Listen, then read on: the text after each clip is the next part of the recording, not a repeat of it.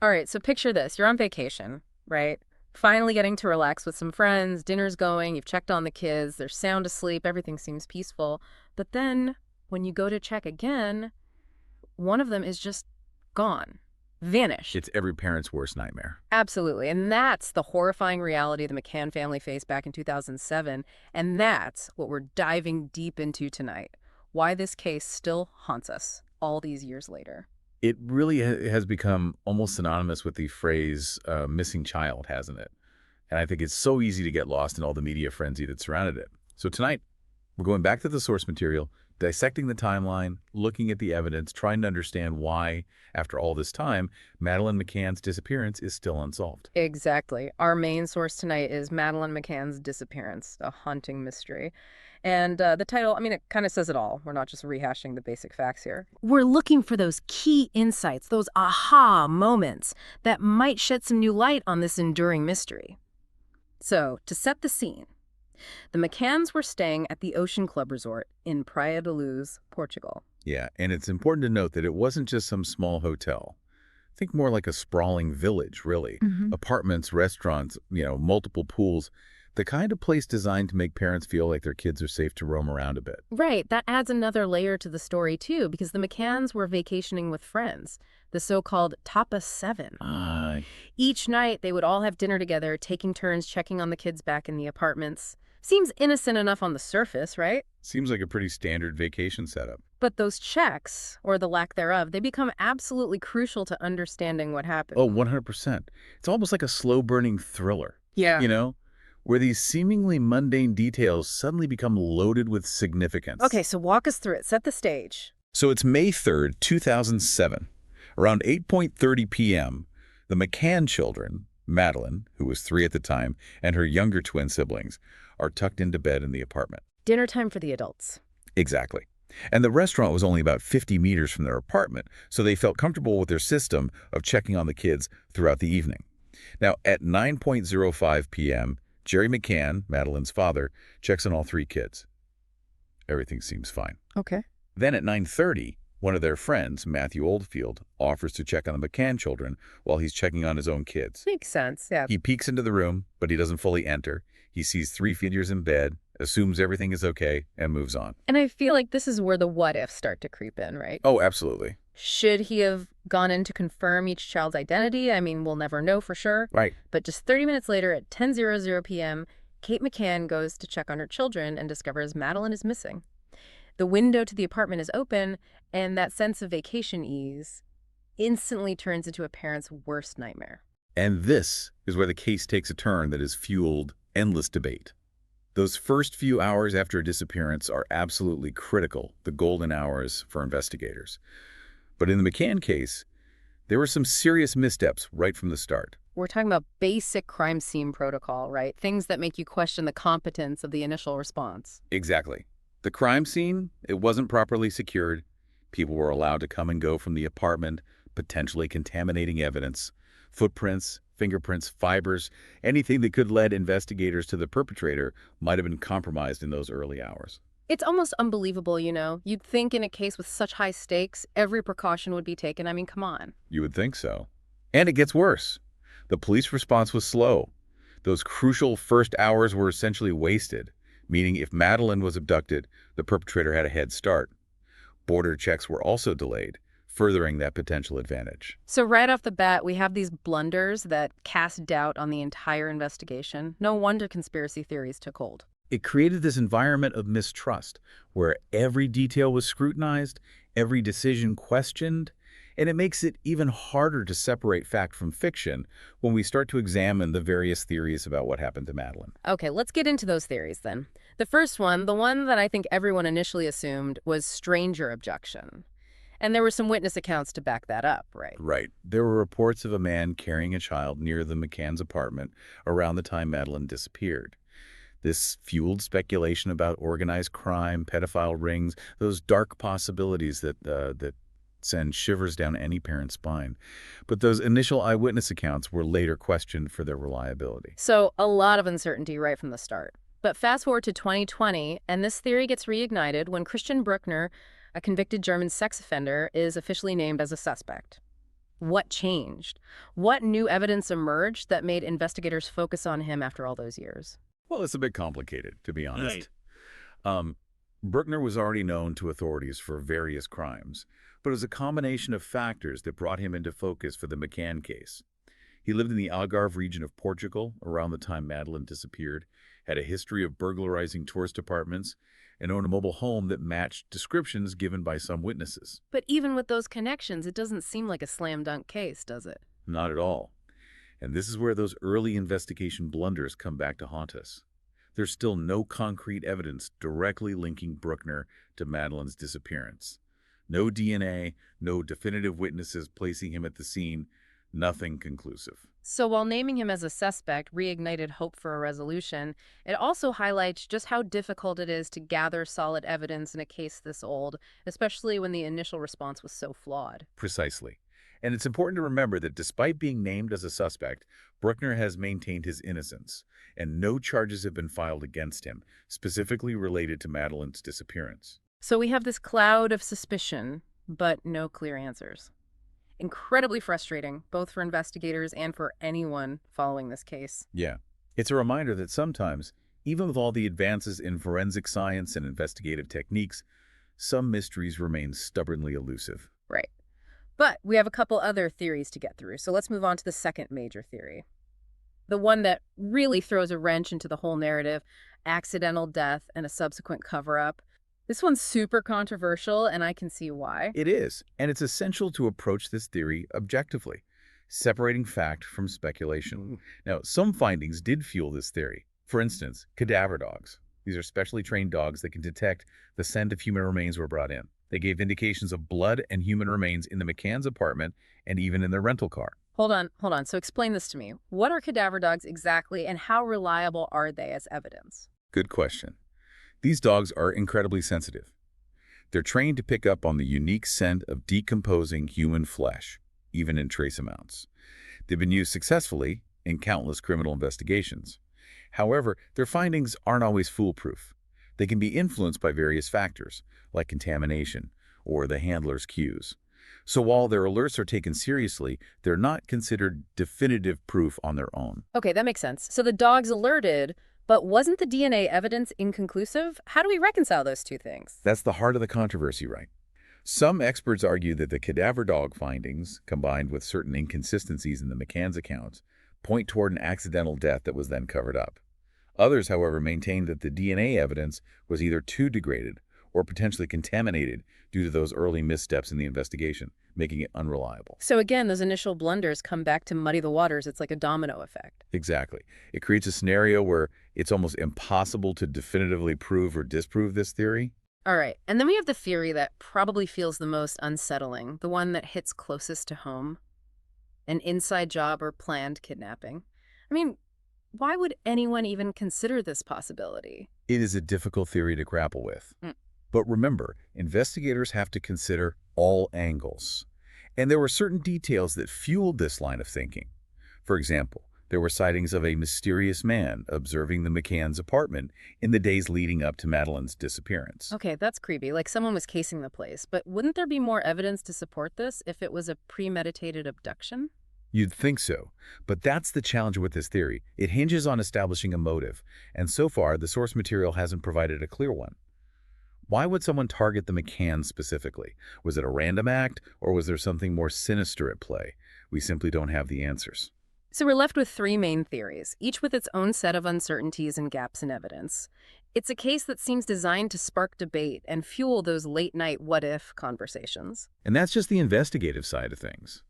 What makes this case even more fascinating, or perhaps frustrating, is the way it became a media spectacle, a global obsession. But we'll have to delve into that after a quick break. Right, this wasn't just some local missing child case. Madeleine's face was everywhere, and everyone had an opinion. And that's where we'll pick up next. We'll explore how that media frenzy impacted the investigation, the public's perception of the case, and ultimately, the search for answers.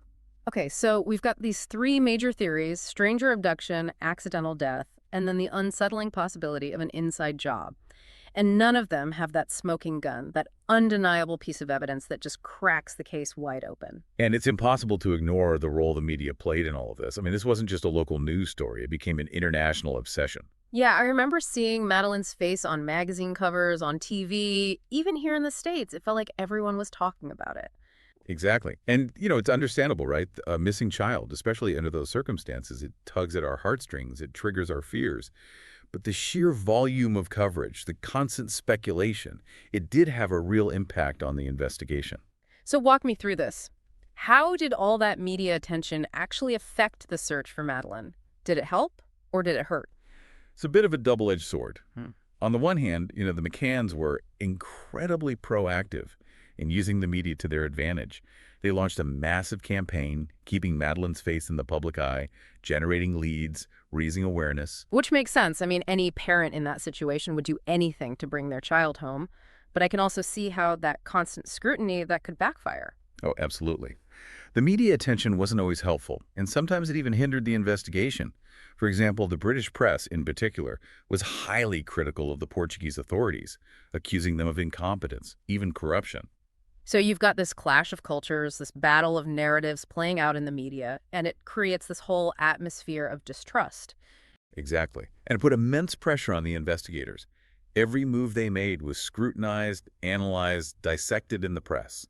It's hard to imagine trying to conduct a thorough investigation under those circumstances. And then, of course, there's the toll it took on the McCanns themselves. I mean, they were grieving parents trying to find their daughter, but they also became the subjects of intense media scrutiny, even suspicion. It's a heartbreaking situation. They were thrust into this spotlight, forced to defend themselves against accusations, rumors, conspiracy theories. Yeah, I remember seeing headlines questioning their every move, their demeanor, even their decision to go out to dinner that night. It felt like a trial by media. And that's the danger of this kind of media frenzy, isn't it? It's easy to forget that we're dealing with real people, with a family experiencing unimaginable pain.